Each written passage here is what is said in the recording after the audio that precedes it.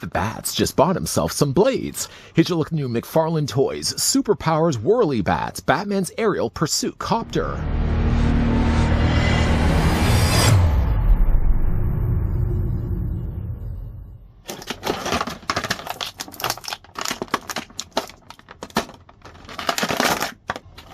When villainy is afoot, Batman and Robin take to the skies with the Whirly Bat. Lightweight and remarkably agile, this single-seat helicopter is the perfect pursuit vehicle for maneuvering through the tightly packed skyscrapers of Gotham City. I don't know about you, but I always like to personally listen in on the Cape Crusaders radio to find out what the traffic's going to be before I leave for work. Before we get a closer look at the Whirly Bat, I'd like to first send out a big thank you to the folks over at McFarlane Toys that did provide this sample we could have a look at. The Whirly Bat did involve a fair bit of assembly. You probably already saw how it came out of the box to what we're looking at right now. And I'll kind of do my best to show you guys how everything comes together on the Whirly Bat without really having to dismantle it. I don't think I really would want to do that too often. I'm going to also as well grab the tape measure and see how long the vehicle is. We'll also bring in a couple of vehicles for comparison's sake in a second. From the front of its visor to the back of its tail, you're looking at the Whirly Bat being about 10 inches in length, or it's going to be, I would say, about 25 inches long, or 25 centimeters long. Back, though, to inches for its height, including, of course, the propeller on the top. The Whirly Bat is 7 inches in height, or it's going to be about 18 centimeters tall. Let me bring in a couple of vehicles now for comparisons. Here's what the Whirly Bat looks like with the originally looked at Batmobile. You may notice the back fins are missing on the Batmobile. I just literally took it back out of the box and I left the fins back in the box. But you can see like the Whirly Bat lengthwise is about 2/3 the length of the Batmobile. A slightly smaller vehicle, a little bit better to compare it with. Here's also what it looks like with the Superpowers Wonder Woman Invisible Jet. Oh, right, of course. Here's also what the Whirly Bat looks like with the Cape Crusader and also with the Boy Wonder. It's funny enough that online the read-up for the Whirly Bat actually says Batman and Robin patrol the skies, but yet it actually is only just a single-seater. There's no way really that, unless Robin just hangs off the tail of the Whirly Bat, there's really no way that you can actually have two figures displayed with it or displayed riding it. We're going to actually just move Robin out of the way for right now. We're going to use Batman really as our source. I did say there was a little bit of assembly. There's actually quite a lot of assembly that's required. The main Whirly Bat consists of mainly just this body. The runners were something actually that have to clip in place. They actually clip on the sides rather than actually on the bottom. You had to attach the tail onto the back. You also as well had to attach the top of the propeller, and then the blades themselves snap in. They're actually attached. Let me just detach one of these so you guys can kind of see. You get like this part, and it basically is just a case of lining up the blades, and then they just plug in place. I'm sure you probably could dismantle this if you really wanted to, but just are a few little things like the tail. Just it feels like there's resistance when I'm trying to pull this back out. I would imagine this is not something you will want to detach or disassemble and put it back in place or put it back in the box. Some sticker application was applied. Luckily, you'll be knowing that it wasn't me that applied the stickers. I couldn't put on stickers this well, especially if I had a handle in front of it. But the stickers were nicely done. You can kind of see there's a little radar there on the front, some buttons, some knobs on the sides. Same on the other side there also as well. They also took the liberty of applying bat symbols on either side. And just in case that wasn't enough to tell you that this is Batman's, there's also a bat symbol on the back of the seat as well. It's a really nice, it matches the color of both the Batmobile and the Batwing. I should really also have brought in the Batwing for comparison's sake. And it also matches the same color scheme, as the original Kenner Batmobile as well. The visor there being more of an opaque orange plastic or translucent orange plastic, while the majority of the main body is kind of this more navy blue. It does have a feature. The feature does not involve me spinning it on the back. The back tail independently spins only by you flicking it with your finger. But there's a button right here on the back. It serves more as also kind of a thruster. But when you press it in, what it actually does is it spins the propeller.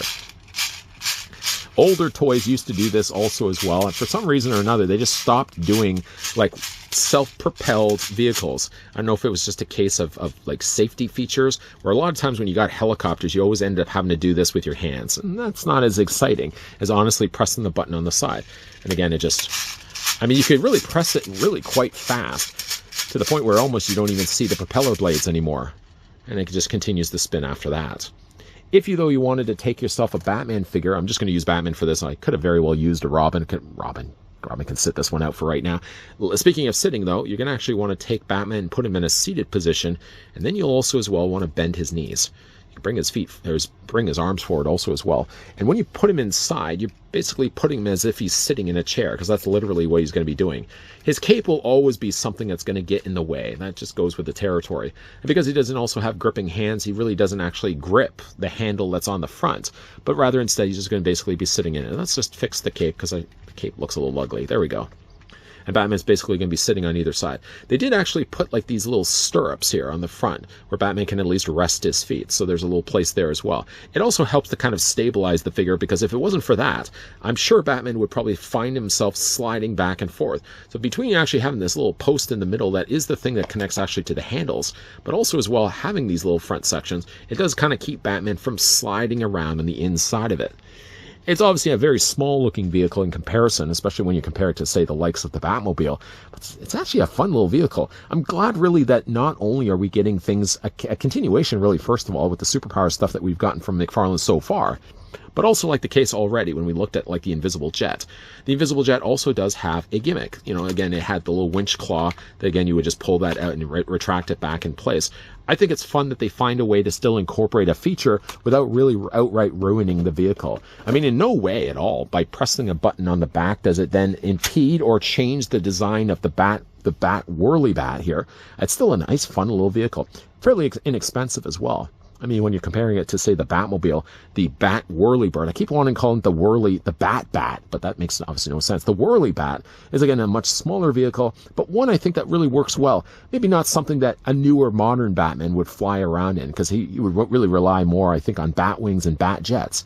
But like old Batman, classic Batman, Blue Cow Batman, would definitely, I could definitely see him flying around in Gotham City, completely exposed to the air. I don't know if you've ever gone actually up in the sky with an open cockpit. I've gone up once in a biplane, and my entire face went completely dark purple, just because, again, like you've got the wind blasting you as you're flying around. Maybe the Whirly Bat wouldn't fly as fast as, say, a plane, but still, though, I would imagine Batman's face would get a little bit darker with all the wind burn he's about to be getting. Well, yes, I can't see a modern Batman hovering around Gotham City in an open cockpit, single-seat helicopter like this. There's something, again, charming about the Whirly Bat that has a more dated look to it. This is something like I would imagine Kenner would have created back in the 80s that we're now getting from the likes of McFarlane's team. It certainly does still put it in a place where I could put it with, like, the original Kenner Batmobile, or even the newer vehicles that we're getting now. It's smaller, but it still has a functioning feature, which is just a case of pressing the button on the back of it to spin the top of the propeller. And again, I think that's a nice included piece. I mean, easily on its own, they could have probably even reduced the price of the vehicle by just removing the feature that would involve you then having to go and use your hand and spinning around. And really, how fun is that?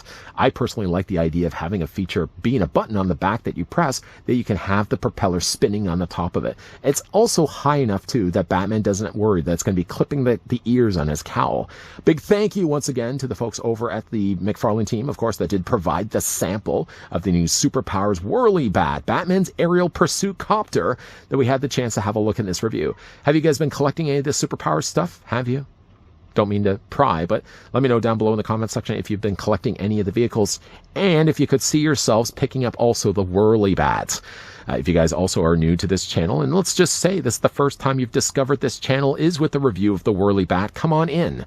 Help yourself. Sit down. I mean, we've got all comfortable seats. Not all of them are taken. Feel free to take a seat and help yourself to the snacks. But also, if you are new here, hit that subscribe button down below that you're turning on as well, bell notification.